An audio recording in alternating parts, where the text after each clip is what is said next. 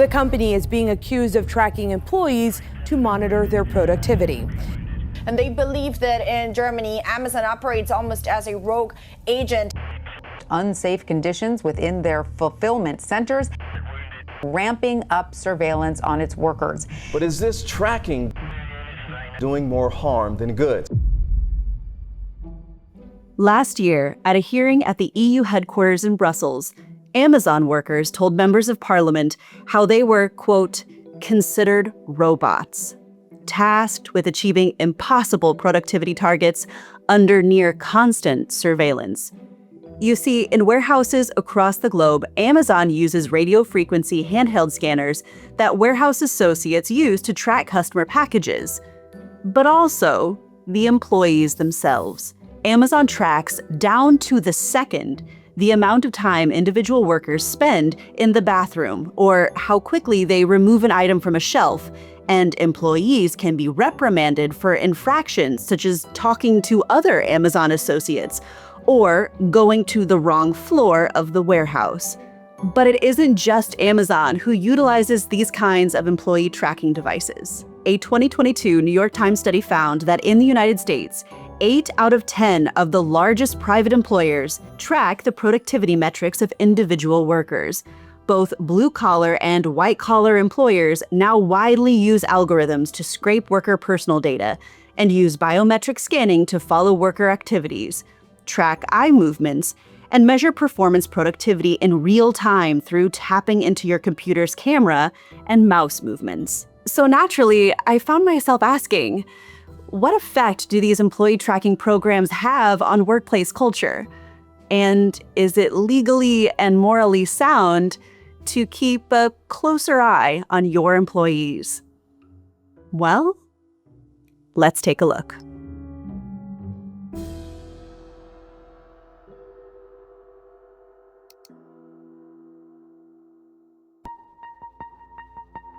In the United States, Amazon and Walmart are the two largest private employers, and with the help of their 1.1 million and 1.6 million workers, respectively, these two mega corporations have amassed unprecedented levels of wealth.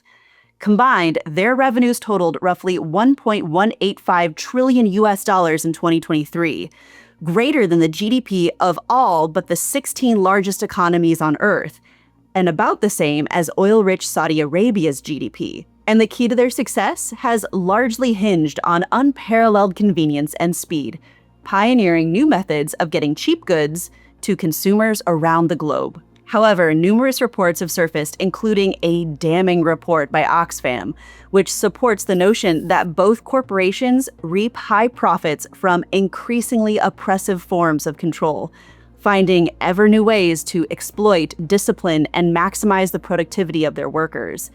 At Amazon specifically, workers are assigned handheld devices or scanners that record, count, and measure every item they move during the day.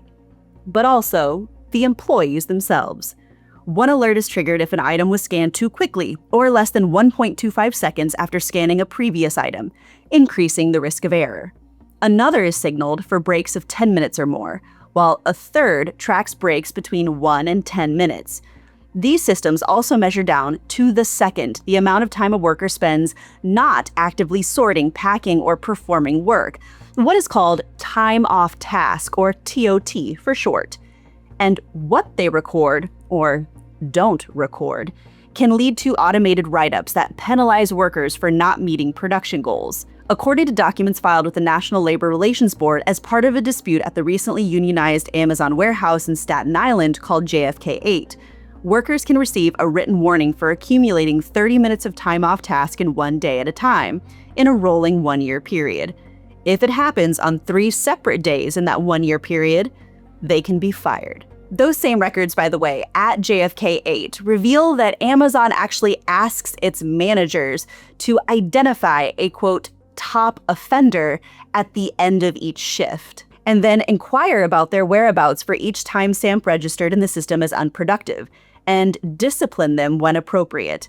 The documents also indicate that Amazon uses surveillance footage to corroborate employees' claims about their whereabouts and describe an instance in which a worker's alibi was later disproven using, quote, video footage, end quote. And if you're a Walmart employee watching this video, that probably also doesn't sound all that unfamiliar. Over the years, there have been numerous reports of Walmart using video surveillance in their employee disciplinary actions at any one of their 4,600 stores across the United States. In their 2018 study of Walmart, sociologists Adam Reich and Peter Behrman coined the term Walmartism, defined as an arbitrary authority combined with, quote, penetrative systems of observation, measurement, and feedback that constrain both workers and managers. The same year Reich and Behrman's book was published, Walmart was awarded a patent for new surveillance technology that would allow management to eavesdrop on workers, monitor customer interactions, and closely track employee performance. But I also think that it's very likely that these kind of surveillance and monitoring systems aren't just about tracking what employees are doing, at least not in their inception. Remember, Amazon and Walmart rose to power and became so dominant in the retail sector because of their unparalleled convenience and speed. And it's quite likely that a lot of these technologies were originally put in place to make them more efficient and make humans speedier. Keeping tabs on what they were doing and being able to discipline them for it is just a byproduct and a bonus, so to speak. Amazon has repeatedly stated that, quote, warehouse management systems are industry standard and are necessary for ensuring the safety, quality, and efficiency of operations, and to track the storage of inventory and processing of packages on time and in line with customer expectations. But it's really difficult to overlook the human cost of all of this efficiency. According to that original Oxfam report I mentioned earlier, 3/4 of Amazon workers and 74% of Walmart workers report feeling pressure to work faster at least some of the time. And more than half of the workers at both companies report that their production rates make it hard for them to use the bathroom at least some of the time. Now, obviously, not letting your employees use the bathroom would be an incredible human health and safety violation. And to give Walmart and Amazon the benefit of the doubt, I don't think they're explicitly banning their employees from doing so. Rather, what is likely happening is that it's just not really clear how or if or to what extent they're being tracked. And employees don't do these things because they're not sure if or how they could be penalized. Reports do suggest quite strongly that workers are not told what the data that electronic devices are constantly collecting is being used for, nor are they properly notified of their privacy rights. More than half of one survey respondents, 56 for Amazon and 53 for Walmart, responded no when asked if the company had explained how it will use the data it collects from monitoring you on the job. Now, for Walmart's part, the company's Associate Information Privacy Notice states, quote, when you are at work or using company-owned equipment, the information that we collect and use about you is considered associate information. The notice further claims to provide, quote, increased transparency around how Walmart manages and uses associate information, end quote. But it does not specify the exact types or extent of the surveillance technologies the company uses to monitor its workers. Now, it is worth mentioning that while Walmart is no longer directly present in the EU any longer, the lack of transparency around surveillance specifically has actually landed Amazon in a lot of hot water and quite a bit of legal trouble here in the European Union. Last year, in an unprecedented move, over 20 leaders of major trade unions across Europe, representing over 8 million workers, called on European data protection authorities to ramp up oversight of Amazon's abusive and potentially illegal data surveillance practices. Highlighting recent regulatory actions, the union president cited the decision by the French data protection authority, CNIL, on December 27th of 2023, which found Amazon France Logistique in violation of several general data protection regulations, or GDPR principles. The CNIL imposed a substantial fine of 32 million euros for creating a, quote, excessively intrusive system, end quote, for monitoring employee activity and performance, along with penalties for inadequate video surveillance protocols. It is worth mentioning that Amazon vehemently denies these accusations and states on their EU website that, quote, we strongly disagree with the CNIL's conclusion and we reserve the right to file an appeal. However, this was not Amazon's first confrontation with European data privacy laws. In 2021, Luxembourg's Data Protection Authority issued a €746 million fine against the corporation for similar surveillance practices involving European consumers, marking at the time the largest fine in the law's history. You see, the EU has much more robust data privacy protection laws than the United States, where there really is just a patchwork of state laws with varying levels of protection. And almost no protection when it comes to workplace surveillance, whether you're in a physical office or not. And since this video is diving deeper into the right that we all have to workplace privacy and online security, I want to give a big thank you to Surfshark for sponsoring this video and keeping my online identity safe with the best VPN available. If you don't know what a VPN is, it stands for Virtual Private Network, and it boosts your online privacy and security, protecting your data from snoops, breaches, and hackers across multiple devices. But a VPN does so much more than just simply shield your data from prying eyes. It's your gateway to a safe, open internet experience that gives users greater online capabilities. Especially now that the weather is warming up, I love taking my laptop and smartphone outside and working from a cafe or park. But public Wi-Fi is a blessing for hackers. Connecting to a VPN with Surfshark allows me to work worry-free. So if you don't already have a VPN, I highly recommend using Surfshark. We recently made the switch because they have excellent speed performance and you can use one account for multiple devices. So secure your privacy with Surfshark today. Enter coupon code TYPEASHTON for 4 months extra at surfshark.com/typeashton. Plus, there's a 30-day money-back guarantee, so there's no risk to try it out. To get started, simply click the link down below in the description of this video. Since 2020, there has been a global explosion of the number of those who work remotely. In response, a large number of US employers have begun requiring their workers to download spying software to their laptops and smartphones. The goal is for businesses to monitor what their remote employees do all day and to track job performance, productivity, and reduce so-called cyber slacking. Software products like Hubstaff, which tracks a worker's mouse movements, keyboard strokes, web pages visited, email, file transfers, and applications used, are surging in sales. So is T-Sheets, which workers must download to their smartphones so that employers can keep tabs on their location. The system creates a minute-by-minute timeline of every app and website viewed, categorizing each as productive or unproductive, and ranking workers by their productivity score. Another program called Time Doctor downloads videos of employees' screens while they work. It also uses a computer's webcam to take pictures of the employee every 10 minutes. Now, if you're watching this video from abroad, you're likely interpreting all this information as a gross intrusion into personal privacy. But the thing is, this is perfectly legal to do in the United States. Granted, individual state laws vary over whether companies must inform workers that they're using tracking software, but generally speaking, when you're on your office computer, tablet, or using a company phone, you have no right to privacy.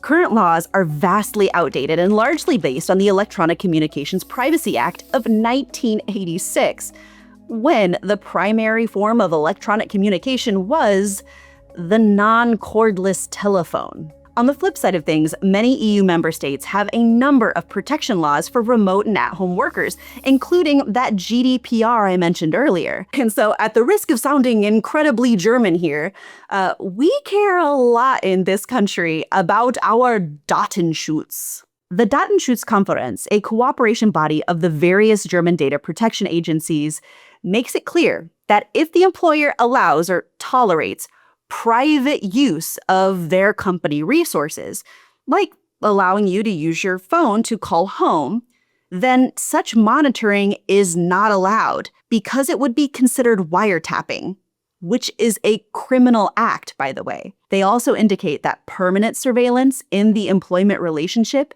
infringes substantially on the rights of employees and is usually prohibited.